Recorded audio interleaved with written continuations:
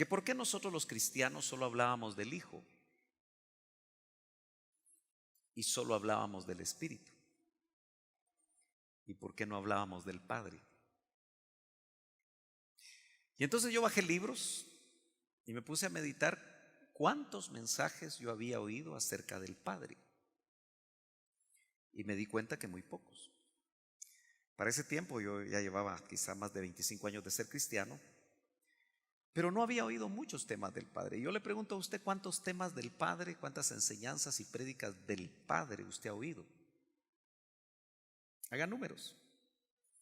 ¿Le caben en la mano, en las dos manos, en los dos pies o no? Y me sorprendió mucho porque nosotros vamos a darnos cuenta que el Señor, a pocas horas antes de morir, enfatizó más su relación con el Padre. Porque lo que empieza a decir en esos versos que vamos a ver hoy es impresionante, y una vez más yo quiero que usted aborde estos temas que a pocas horas antes de morir al yo, o a pocas horas antes de que el Señor venga, nosotros vamos a tener que estar claros en todo lo que hemos ido hablando. Por ejemplo, ¿cómo va usted con su orgullo? Seguimos siendo igual de orgullosos que cuando vimos al Señor, que siendo el Rey del universo lavó los pies de sus discípulos. ¿El orgullo todavía nos sigue molestando? Probablemente sí, hermano. Pero tenemos que estar pendientes, sensibles a que ese orgullo lo tenemos que ir soltando, y si no sale, hay que ministrarse. Hay que buscar la manera de hacerlo. No quiero hacer una recapitulación de cada uno de ellos, lo hicimos en el boletín, si usted lo tiene, por lo menos lo recordamos. Pero si nosotros no logramos conocer quién es el Padre y quiénes somos nosotros, porque si usted y yo tenemos Padre, no sé si usted tiene Padre, no le hablo del Padre de la tierra, le hablo del Padre de los espíritus. Y si entendemos la Biblia, el Padre de los espíritus es nuestro Padre hace mucho tiempo atrás. Pero pareciera como que en la tierra nosotros hemos olvidado esa filiación, hemos olvidado esa relación. Por eso enfatizamos la prédica del Hijo, y claro, somos cristocéntricos. Pero entonces, si me permite tomar la Biblia o leer aquí arriba y volverle a leer el verso con el que empezamos, dice, verso 7, si me conocieseis. Ahora, ¿no había el Señor caminado con ellos 3 años y medio, con ese grupo pequeño? Entonces, ¿por qué les hace esa pregunta? Y tal vez nosotros hemos caminado ya muchos años como cristianos, y si el Señor nos hiciera esa pregunta hoy y nos la hace por medio de la palabra, ¿qué responderíamos? ¿Seríamos automáticos como normalmente lo hacemos y diríamos amén, sí te conozco, Señor? Porque la pregunta era muy profunda. Si me conocieseis, eso abre la posibilidad a que los discípulos, por lo menos los 11, porque ya no estaba Judas, ¿se acuerda? Ya Judas había salido de la relación con el Señor. También a mi Padre conoceríais. Una vez oí yo al hermano Otto en sus enseñanzas profundas, que espero que usted no las haya abandonado, por lo menos aquellos que hace muchos años las oyeron, y los que no las han oído, pues tiene mucha oportunidad usted de poder oír en el YouTube, en Facebook. Mucha gente tiene en las redes estas enseñanzas, pero le oí decir esto, que el Hijo es el clon del Padre. Tal vez la palabra clon o clonificación no para todos es muy clara, Pero un clon es como una réplica de un original, genéticamente hablando. Entonces, aunque esa frase es muy profunda,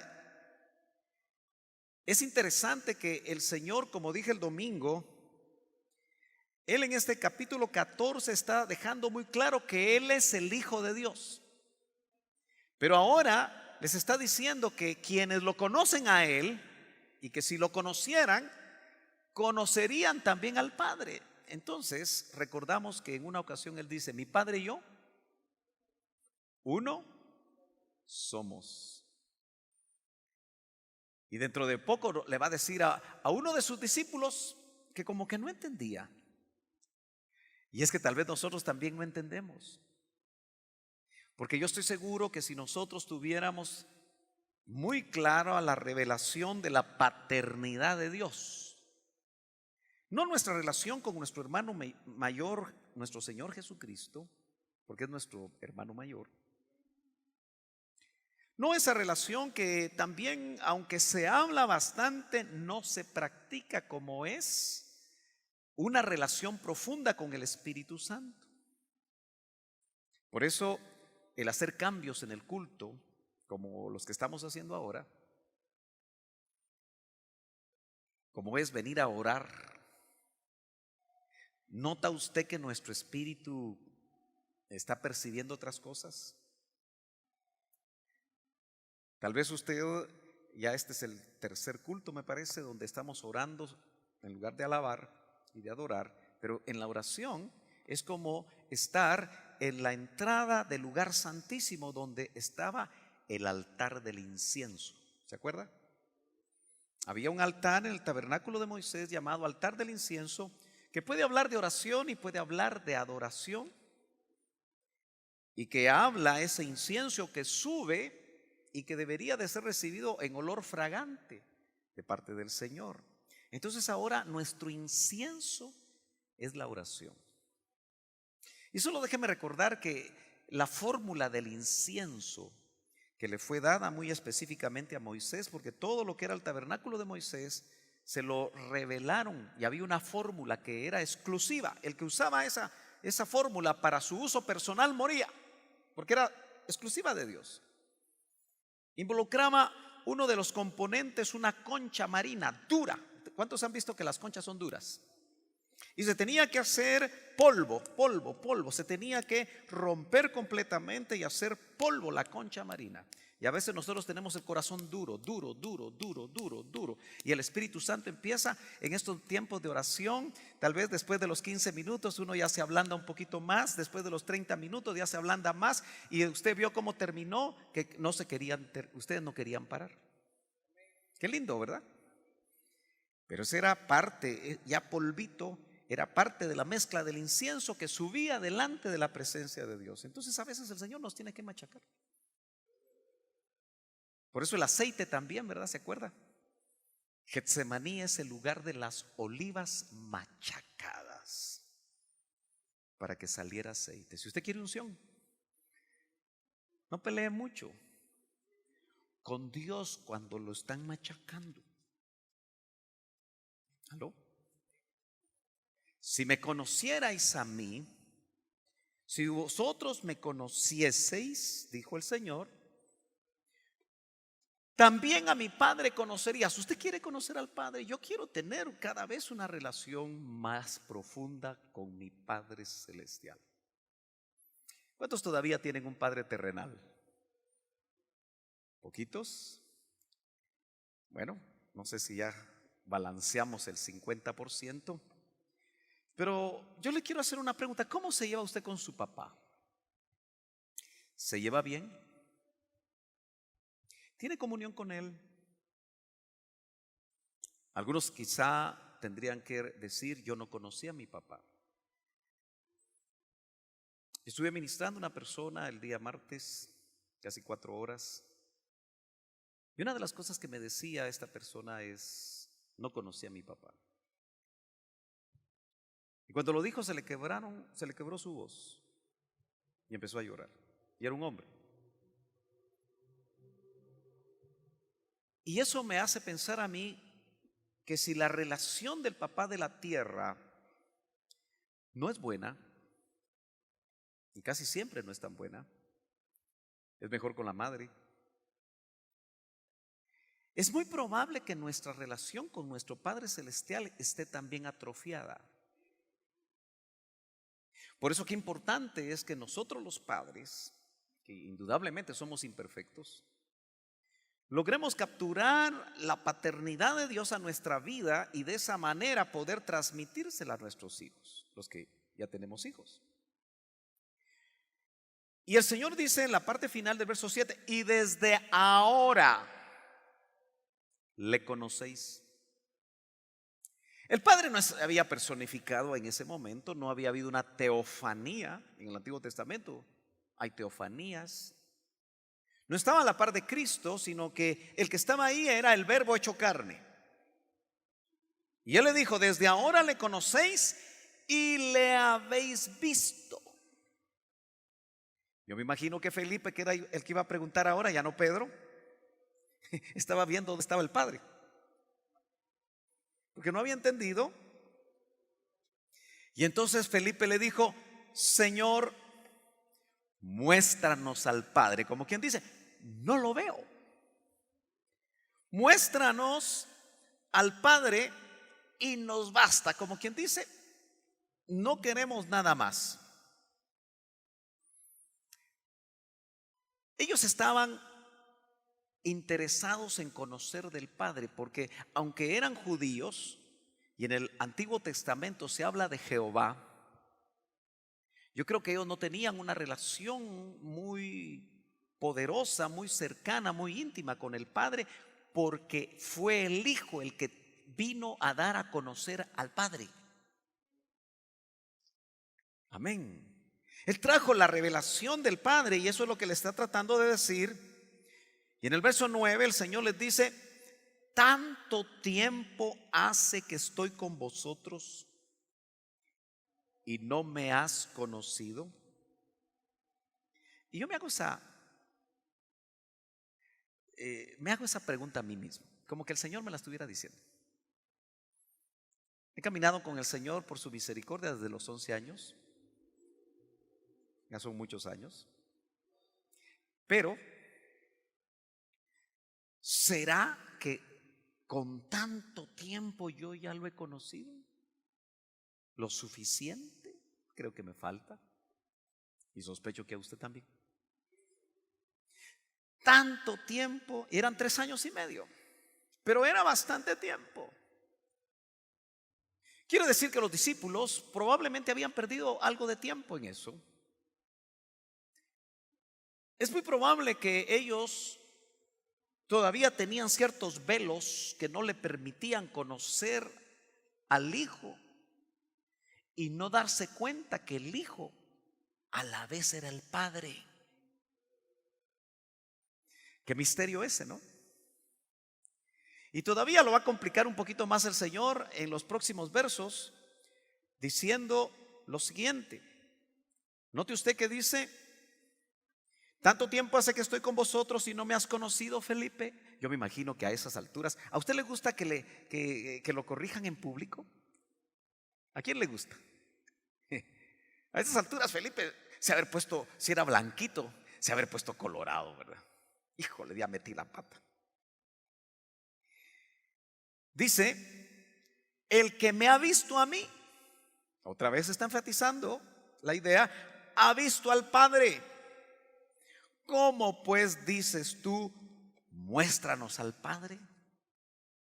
Ahora, me llama mucho la atención a mí, hermano amado, que los evangelios recogen cada uno de ellos muchos versos, muchas enseñanzas acerca del Padre, y por eso le digo, llama la atención que no se predique mucho en eso. Si me acompaña a Mateo 15, o mejor dicho, Mateo capítulo 5, Mateo capítulo 5, verso número 16, dice amén cuando lo tenga.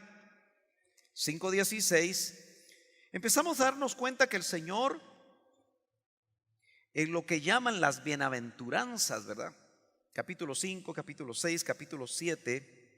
En el verso 16 dice, así alumbre vuestra luz delante de los hombres, para que vean vuestras buenas obras y glorifiquen a vuestro Padre que está en los cielos.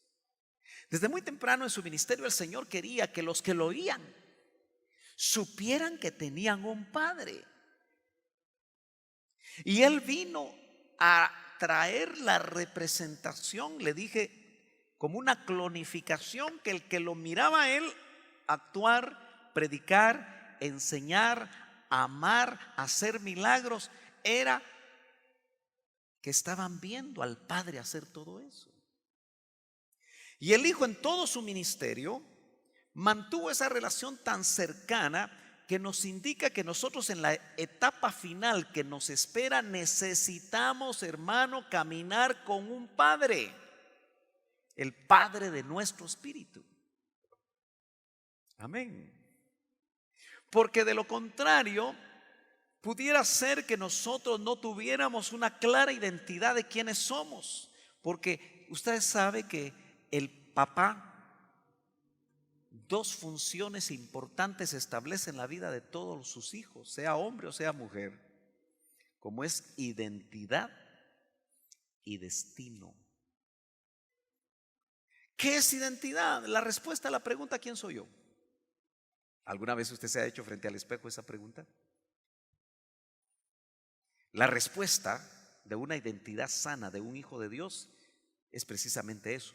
Yo soy hijo de Dios, del Dios que creó el universo, del Dios que se revela en la palabra. Yo soy su hijo.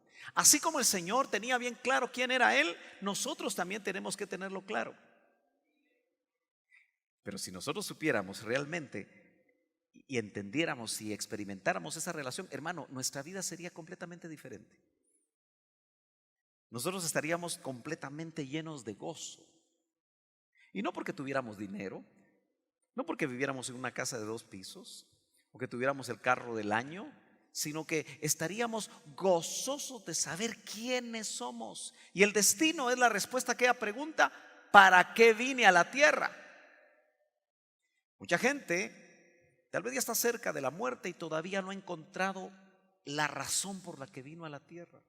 Todavía está frustrada, todavía está afectada, todavía anda como buscando la meta para llegar a su destino, porque la paternidad probablemente no le llegó, aun cuando es hijo de Dios, todavía no le ha sido revelada. Usted sabe que el enemigo de nuestras almas trastoca nuestro destino y quiere trastocar nuestra identidad. A los 11 años usted sabe que yo me quedé sin papá. Y de hecho los primeros 10 años tuve un papá ausente por muchas razones. Así que no tuve la oportunidad que el padre de la fase de lo que es mi cuerpo, porque los padres engendran el cuerpo, pero el Padre Celestial engendró el Espíritu. Dice amén. Y el Espíritu es primero. Pero en una ocasión de una situación difícil que tuvimos que atravesar, algunos de los que me conocen y estuvieron conmigo cuando yo pastoreé una iglesia un poquito más grande, saben que hubo una etapa difícil. Y recuerdo que mi esposa se levantó en esa ocasión, se levantaba continuamente a orar muy temprano, 3 de la mañana, el Espíritu la levantaba. Y en una de esas reuniones de intimidad con Dios le dijo el Señor: dile a Sergio que yo soy su padre. Y qué rico, ¿verdad? Porque yo he tenido eso muy claro, quién es mi padre. Y eso me da identidad y me ha dado destino. Y eso es lo que el Señor quiere que nosotros hagamos. Ahora, note que en el verso 45 del mismo capítulo, o 42, o 45, perdón, del mismo capítulo dice, en el mismo 5, para que seáis hijos. Todo lo que está enseñando es para que seáis hijos de vuestro Padre que está en los cielos, que hace salir su sol sobre malos y buenos y hace llover sobre justos e injustos. Permítame leer el 48 de una vez. Sed pues vosotros perfectos, como vuestro Padre que está en los cielos es perfecto. Me llamó la atención darme cuenta que en el capítulo número 6 de Mateo, el que sigue, acabamos de leer tres versos que hacen referencia a la relación con el Padre o que muestra la palabra Padre. El capítulo 6, usted lo puede ver en casa, menciona 10 veces Padre. Capítulo 6 de Mateo. Entonces me llama a mí mucho la atención porque lo que los evangelistas querían hacer, y el Señor indudablemente, porque Él revela su bendita palabra, es que nosotros nos demos cuenta de una vez por todas que tenemos Padre. Y es un Padre bueno, que sabe dar buenas dádivas a sus hijos. Porque el texto exacto dice, si vosotros siendo malos sabéis dar buenos regalos a vuestros hijos, cuánto más vuestro Padre Celestial no dará el Espíritu Santo a los que lo anhelan. Qué buenos regalos nos da el Padre. Gloria a Dios. Verso 10. ¿No crees que, yo quiero que ponga atención a esto, no crees que yo, le está hablando a Felipe, ¿te acuerdas? Felipe lo estaba corrigiendo. ¿No crees que yo soy en el Padre? Yo soy en el Padre. ¿Qué idea le viene a usted cuando oye esa frase? Felipe, yo soy en el Padre. Ese en es adentro.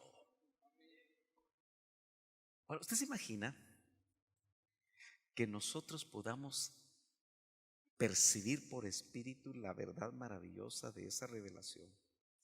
Que estamos adentro del Padre. ¿Usted también puede decir eso o no? ¿O no? ¿O solo el Hijo lo puede hacer? Yo soy en el Padre. Verso 10 estoy, ¿verdad? Y el Padre en mí. Es difícil entender eso. Pero ¿sabe qué pasa? Que el Padre, el Hijo y el Espíritu Santo son uno en esencia. Y el Hijo puede estar en el Padre y el Padre puede estar en el Hijo. Pero lo más maravilloso, que es pura doctrina básica, pero que de básico no tiene nada, es el hecho de que cuando usted nació de nuevo, por eso bombardeamos la religiosidad, hermanos. Mire, es preferible que después de 40 años, si alguien es religioso, se pase a convertir, hombre. Que nazca de nuevo. No por su forma de ser diga, no, es que el Espíritu le está diciendo, no, es que fuiste religioso. Y yo quiero que nazcas de nuevo, porque en el nuevo nacimiento se mete el Hijo en nosotros y se mete el Espíritu Santo. Los dos.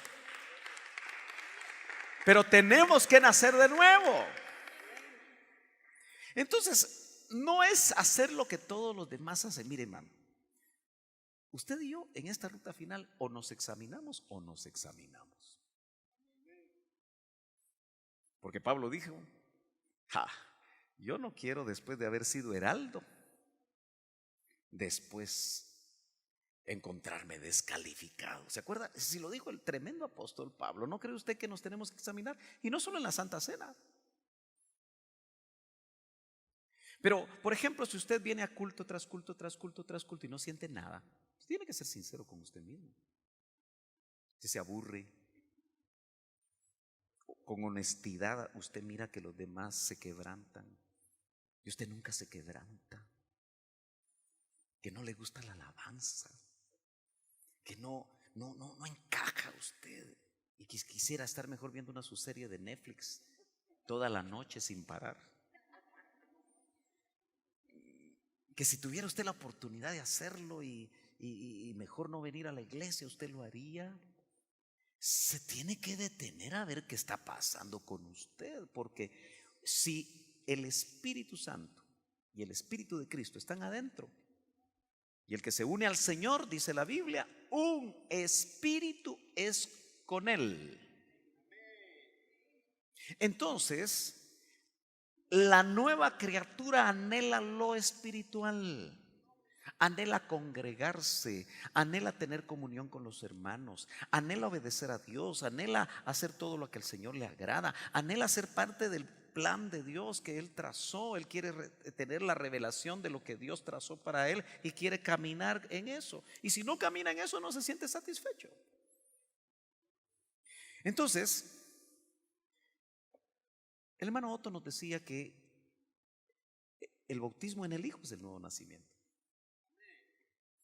El bautismo con el Espíritu Santo sabemos que tiene evidencia de hablar en otras lenguas. Entonces, los que ya nacimos de nuevo y tenemos esa experiencia, ya hay dos bautismos, dos sumersiones. Nos han sumergido en el Hijo y nos han sumergido en el Espíritu, pero falta una. Son tres bautismos. Falta el bautismo del Padre, que es la transformación, la glorificación.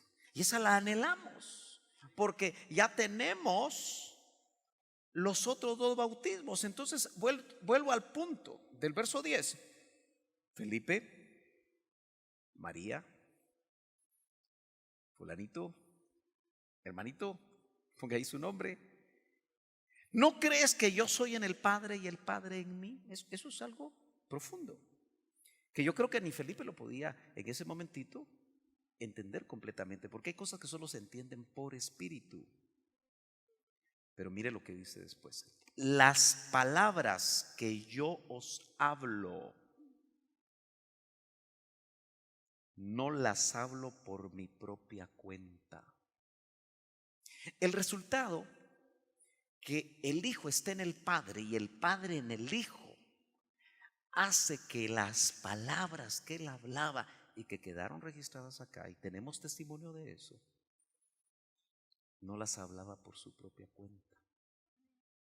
Y esa es la enorme responsabilidad de nosotros los ministros, de no hablar de nuestra propia cuenta, sino que el Hijo y el Espíritu que está dentro de nosotros sea el que hable. Ahora, ¿no dice logos ahí? Las palabras que dice en este verso, el original es rema. Los remas que yo hablo, no los hablo yo, los hablo el Padre que está en mí. Mire, usted tiene que aprender a ser un buen cazador de remas. Cuando se esté predicando usted, como que si fueran bolas que llegaran, como si estuviera jugando béisbol, debería venir con su guante. Y va una rápida y usted la agarra, aleluya, esta es para mí. Remas, porque los remas son los que producen fe. Aunque ninguno de todos los que está aquí se le haga rema algo, pero a uno solo, porque está enfermo, se le hace rema que el Señor puede ser su sanador. Ese rema le produce la fe, que puede producir sanidad en las diferentes formas que el Señor puede producir sanidad. Las palabras que yo os hablo, no las hablo por mi propia cuenta, sino que el Padre que mora en mí,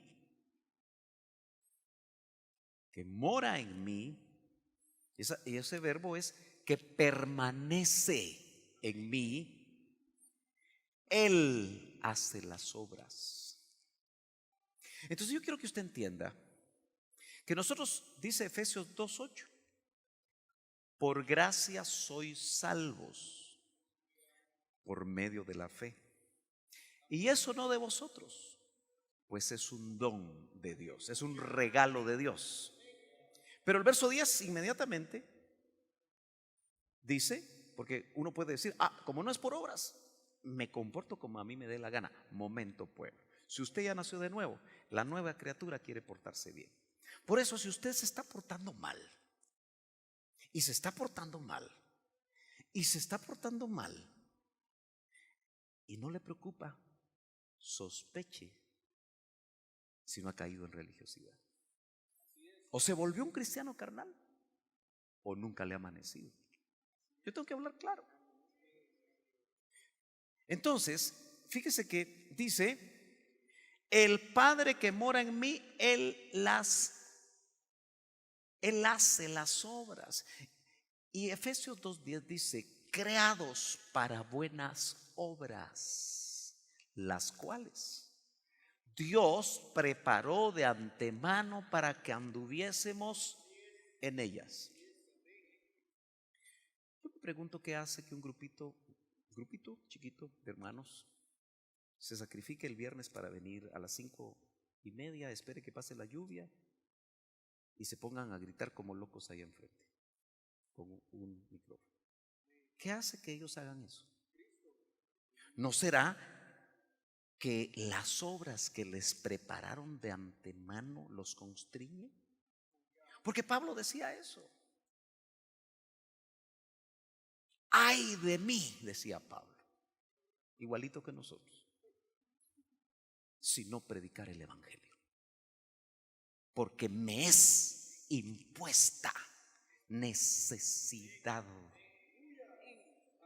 ¿A usted ya le impusieron necesidad? Sí, hermano, yo tengo una impuesta necesidad de casarme. Si usted se imaginara. Tengo una impuesta necesidad de hacer dinero, hermano. Yo no sé qué tiene usted impuesto, pero algo debe tener impuesto y saber de qué fuente le están imponiendo cosas.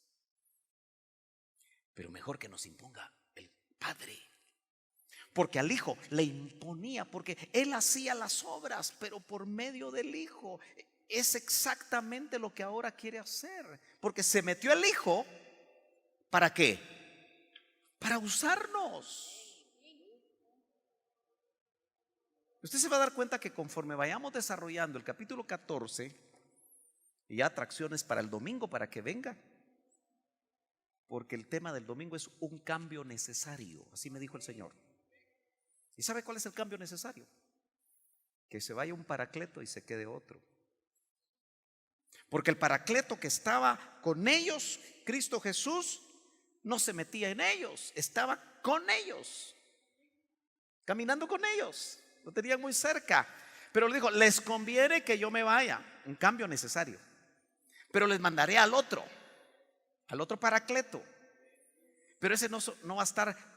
Ustedes se acostumbraron a estar también con Él, porque dice, está con ustedes, pero estará en ustedes, se va a meter en ustedes, y se va a meter en ustedes para que ahora la divinidad se meta en ustedes y ahora hagan las obras que la divinidad quiere que haga ustedes.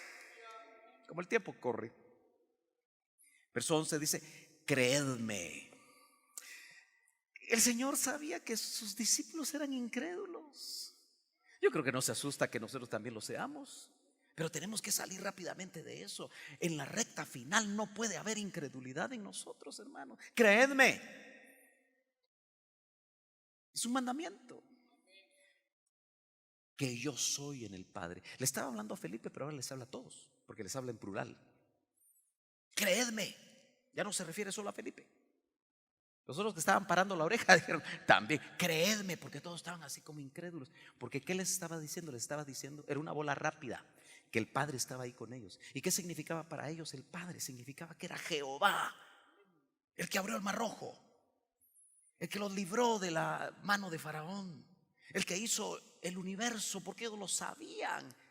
Y un hombre que se cansaba decía que Él era el Padre, que si lo habían visto a Él, habían visto al Padre. Y el Padre en mí. De otra manera, o sea, si no creen lo que les estoy diciendo, creed o creedme por las mismas obras.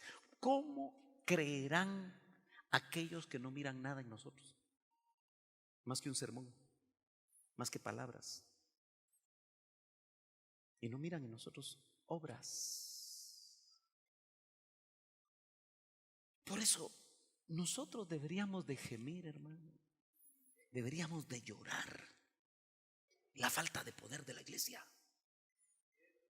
Deberíamos de llorar la falta de dones, la falta de frutos en nosotros, que los frutos del Espíritu Santo transforman el carácter de Cristo.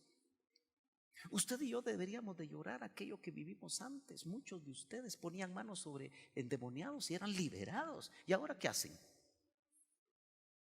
¿Y ahora qué hacemos? ¿Aló? Cada vez más caminamos hacia atrás y hacia atrás y hacia atrás, como el cangrejo. Pero dicen que a veces el cangrejo se va para un lado, pero a veces camina para atrás el cangrejo. La iglesia tiene que despertar y oramos y clamamos por despertar. Pero acuérdese, la iglesia puede despertar cuando despierta uno, y ese despierta otro, y ese despierta otro, porque el Señor ya viene. De cierto, verso 12, de cierto os digo, el que en mí cree, las obras que yo hago, él las hará también. Eso es poderoso. Está diciendo a sus discípulos, miren, casi como que si fuera un Cristo chapín. Miren mucha. Si ustedes creen en mí, las obras que me han visto hacer a mí, ustedes también las van a hacer. Y es que él ya está ahí profetizando lo que esos discípulos iban a hacer en el libro de los Hechos. Porque así como estaban, Pedro lo iba a negar dentro de un rato. Judas lo había traicionado. Y los otros también llevaban un área adentro que podían alejarse de él. De hecho, no estuvieron cerca. Pero el Señor sabía que cuando él resucitara y fuera a ellos, y al mismo Pedro le dijo, mira, una vez vuelto, una vez convertido, ¿se acuerda que hablamos de eso? Pedro, ve a tus hermanos y fortalécelos, porque siempre hay uno más fuerte y hay otros más débiles, y los débiles deben de dejarse ayudar por los fuertes, y los fuertes ayudar a los débiles. Por eso es la comunión. El que en mí cree, las obras que yo hago, él las hará también. Pero no se quedó ahí, hermano. Y viene una frase que muchos hoy a veces la confunden, porque dice, las obras que yo hago, él las hará, el que cree. Por eso dice también en otra parte, para el que cree, todo le es posible. Pero hermano, a veces nosotros andamos ahí hasta para orar, Señor, en el nombre de Jesús, si tú quieres, sánalo, Señor. Ya esa oración ya empezó a no creer. Yo creo que el enfermo hasta percibe que no se cree. Claro, Dios puede usar muchas formas para sanar, pero nosotros tenemos que estar convencidos. Y aún mayores, no solo las que él hizo, y aún mayores hará, porque yo voy al Padre. Ahora, muchos ministros de hoy, llenos de orgullo, dicen, yo ya hice obras mayores que Jesús. Que el Señor reprenda al diablo, porque no es en ese espíritu que el Señor dijo eso. Porque la clave está en que Él va al Padre. ¿Usted se imagina que Cristo estaba limitado por el cuerpo que tenía? ¿Sí o no? La encarnación lo limitaba, porque este cuerpo es una cárcel. No sé si ha entendido eso usted. Si en este cuerpo volaríamos. Entonces la encarnación supuso para el Señor algún tipo de limitación. Claro, usted está pensando, ¿y quién limita a Dios? Pero momento, Él era hombre, perfecto hombre y perfecto Dios. Pero cuando Él resucitado va al Padre, no dice los últimos versos del capítulo 28 de Mateo: toda potestad me es dada en el cielo y en la tierra. Eso es lo que dice. Y va al Padre, y desde el lugar sentado a la diestra del Padre,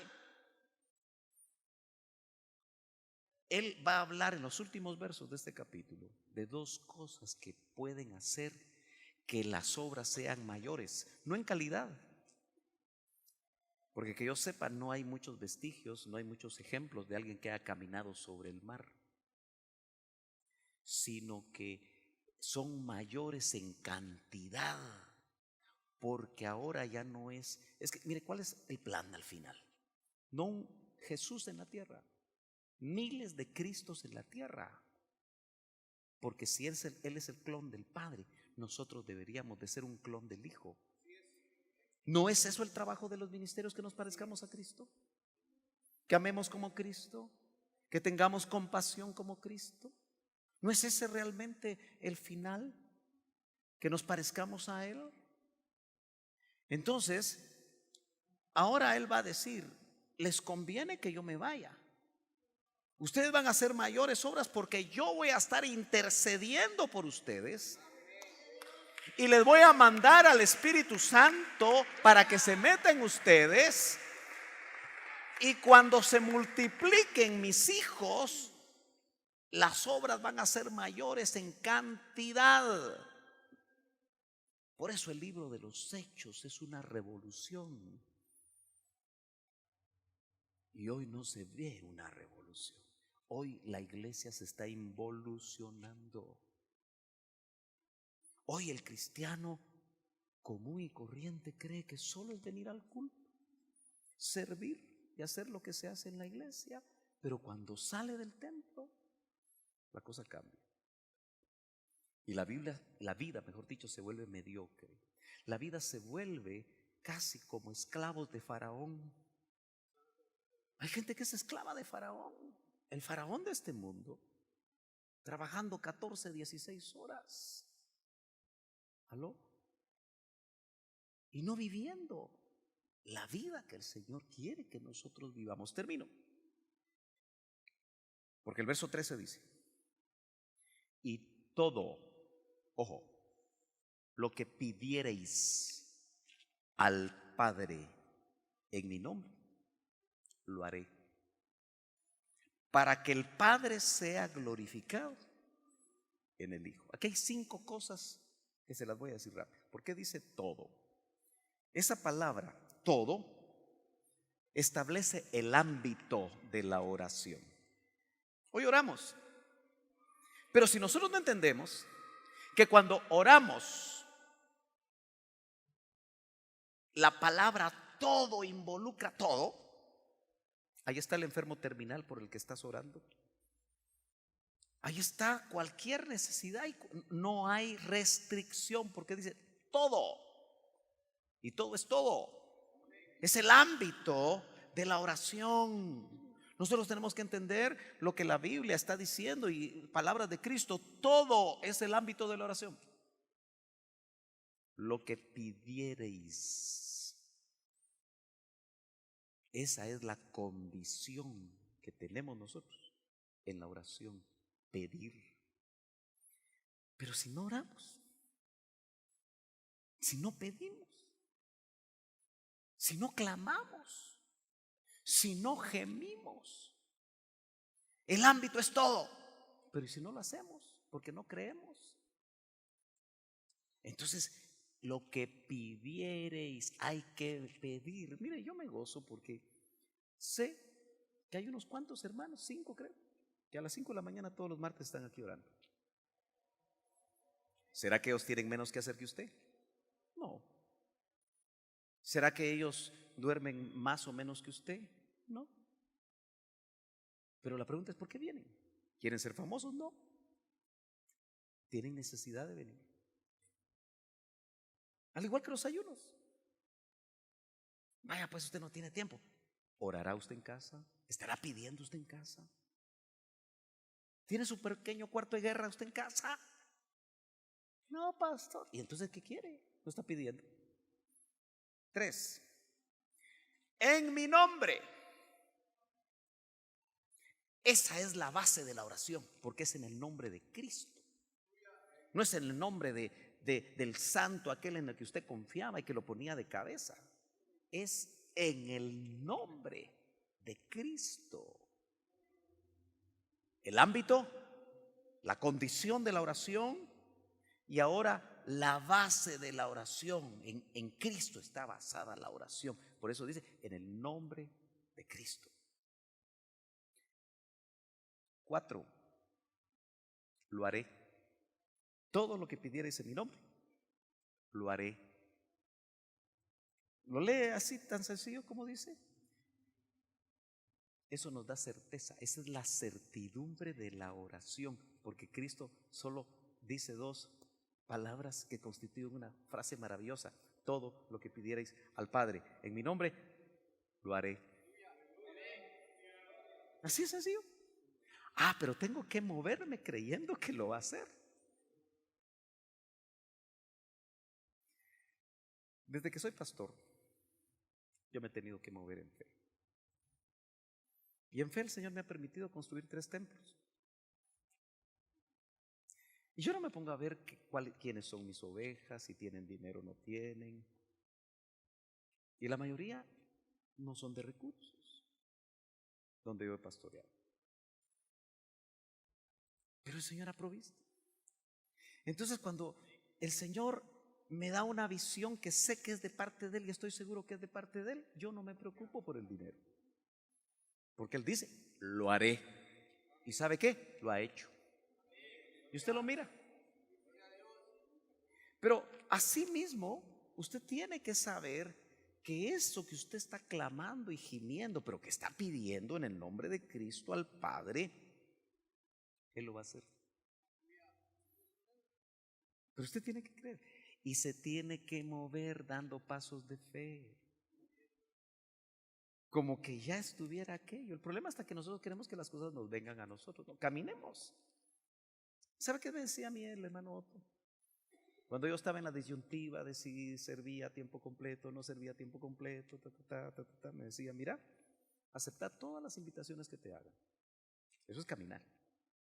En el camino, Dios te va a hablar. Pero si yo me hubiera quedado, no, a mí que me vengan a traer, ¿verdad? A esta joya. No, yo empecé a caminar, seguí el consejo. Y muchos anhelan obispado, pero sentados están. No se mueven. No actúan en fe. Aleluya. Pero como ya dije sentadote, ya se enojó usted, ¿verdad? Mejor termino. Dice, para que el Hijo, mejor dicho, para que el Padre sea glorificado en el Hijo. Ese es el propósito de la oración. Nosotros oramos, sabemos que en el ámbito de la oración está todo, no hay nada imposible para Dios. Pedimos, clamamos, gemimos en el nombre del Hijo. Lo hacemos precisamente seguros que el Hijo lo va a hacer porque lo prometió.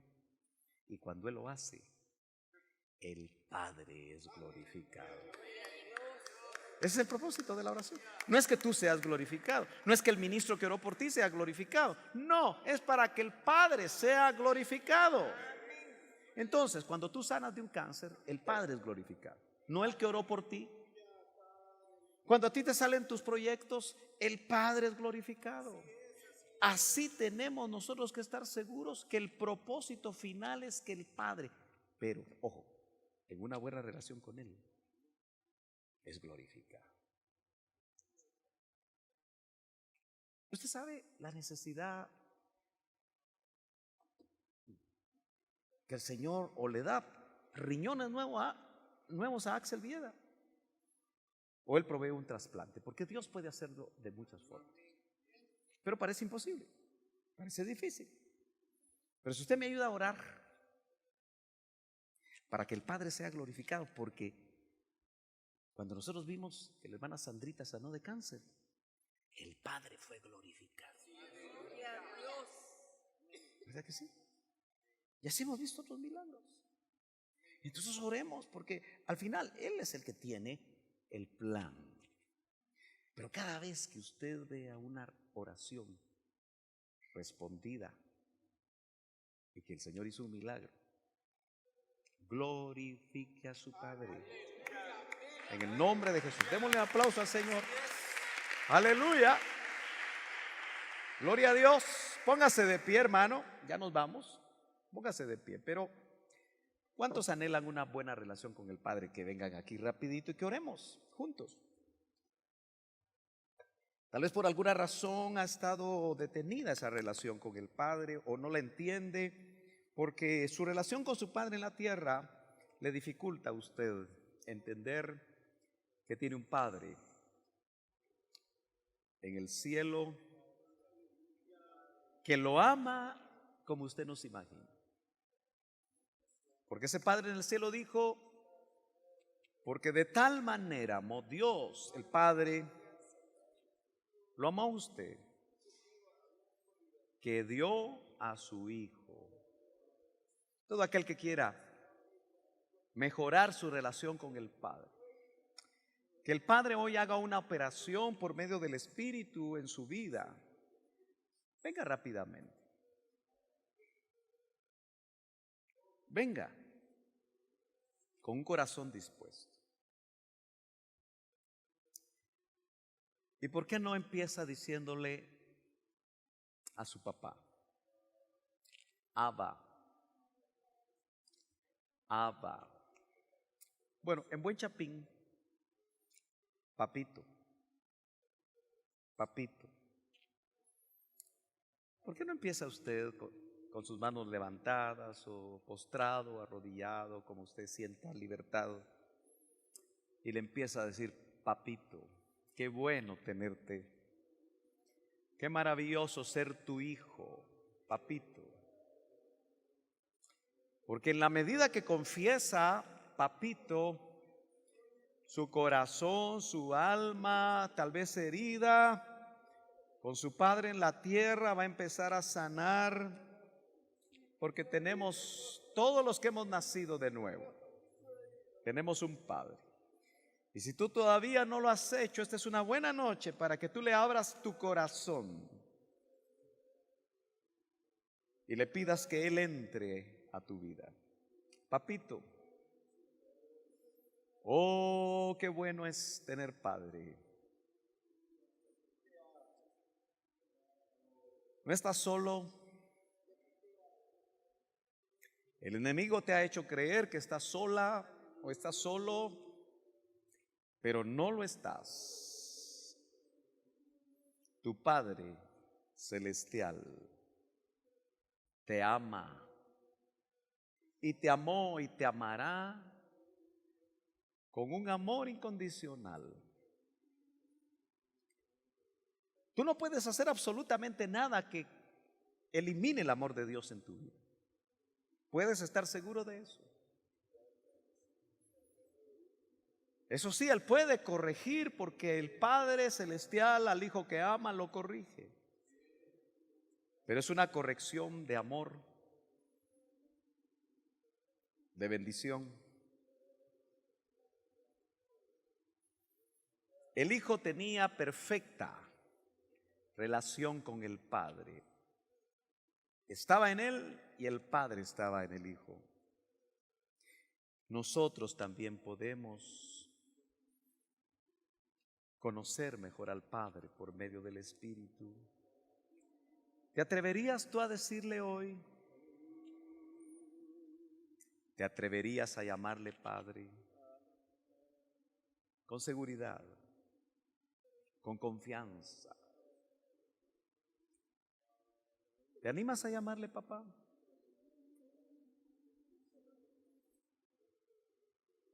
¿Te animas a recibir la revelación que tu Padre te ama?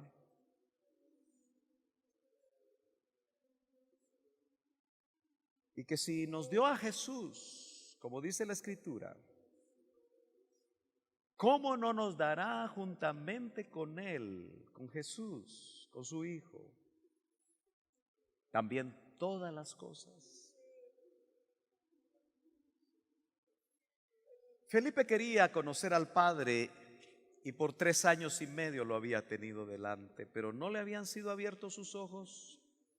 Yo te pido, Señor, que tú hagas esa operación y abras nuestros ojos espirituales. Abre nuestros ojos espirituales para que hoy recibamos un abrazo del Padre, para que hoy seamos ministrados por el Padre, porque somos sus hijos. No permitas que el enemigo te haya robado la comunión con tu Padre, porque si has pecado y esa comunión se rompió, hoy puedes pedir perdón. Hoy puedes reconciliarte con Él. Hoy puedes arrepentirte. Hoy puedes volver a la casa del Padre. Hoy puedes estar en comunión otra vez. Esa es la oportunidad que hoy el Señor te da. Porque si estás en el ámbito del Padre, si estás en relación cercana con Él y sabes que eres su hijo, nada ni nadie te va a apartar de su mano. El temor con el que todos los días te enfrentas a la vida, a las diferentes situaciones, si no tienes claramente la revelación que estás en el Padre, es mucho más difícil. Pero si te levantas creyendo que tu Padre Celestial te cuida, te provee, te sana, te guarda, te edifica, te bendice, te ama, te levanta, no importa lo que enfrentes, tú y Él pueden salir adelante porque es Él. Las obras que Él quiere hacer, las quiere hacer Él por medio de su Espíritu. Él te quiere usar como instrumento, como usó a su Hijo en la tierra. Mientras caminó en esta tierra, te quiere usar a ti. Nos quiere usar a todos. Oh Padre, bendice a tus hijos esta noche. Bendice a tus hijas. Qué maravilloso que en ti no hay discriminación.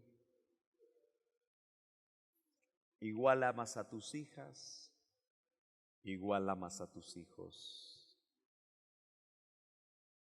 Desde el más pequeñito, Señor, hasta el mayor, tú nos amas. Tú no haces acepción de personas. Tú no te fijas quién tiene más dinero o quién tiene menos. Tú lo que miras en nosotros es a tu Hijo. Y cuando ves a tu Hijo en nosotros, nos amas y nos has prometido que vas a venir a ser morada en nosotros. Reciba administración, reciba fortaleza, recibe el amor del Padre sobre su vida. Deje que Él llene esos vacíos de paternidad. Deje que el Señor, el Padre, le diga, como le dijo a su Hijo en una oportunidad: tú eres mi Hijo amado, en el cual me complazco. Tú eres mi hija amada, en la cual me complazco. Es el enemigo el que ha atacado tu identidad, Es el enemigo el que ha usado a veces a tus padres o gente en autoridad para atacarte, para decirte que no vales, para decirte que no sirves, para decirte que no puedes.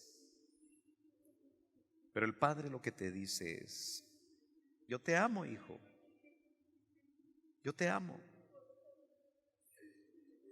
Yo te creé así como tú eres.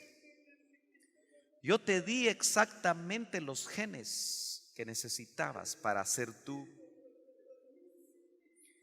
Yo escogí el día, el lugar, la familia, el país, la aldea, el pueblo, la ciudad para que tú nacieras.